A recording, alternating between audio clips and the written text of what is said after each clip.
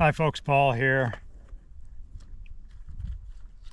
We're shooting the Winchester Super X PowerPoint.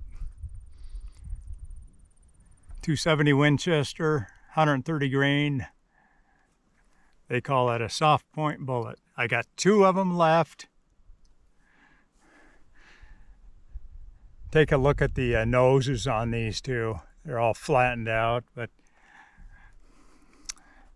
anyway, can we kill a deer at 250 with this stuff? Shoot up there twice and drive up there.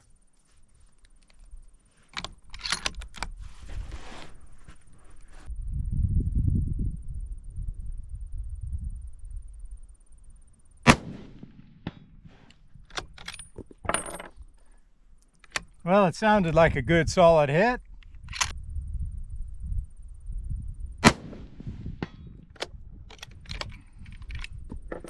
I didn't even look through the scope to see where I hit. We're just going to drive up there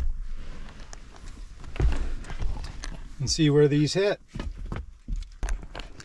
Well, folks, there you go. We got a hit there and a hit right there at 250. I would say you see the size of this buffalo. I would say that's a dead deer all day long. It's 50-year-old ammo.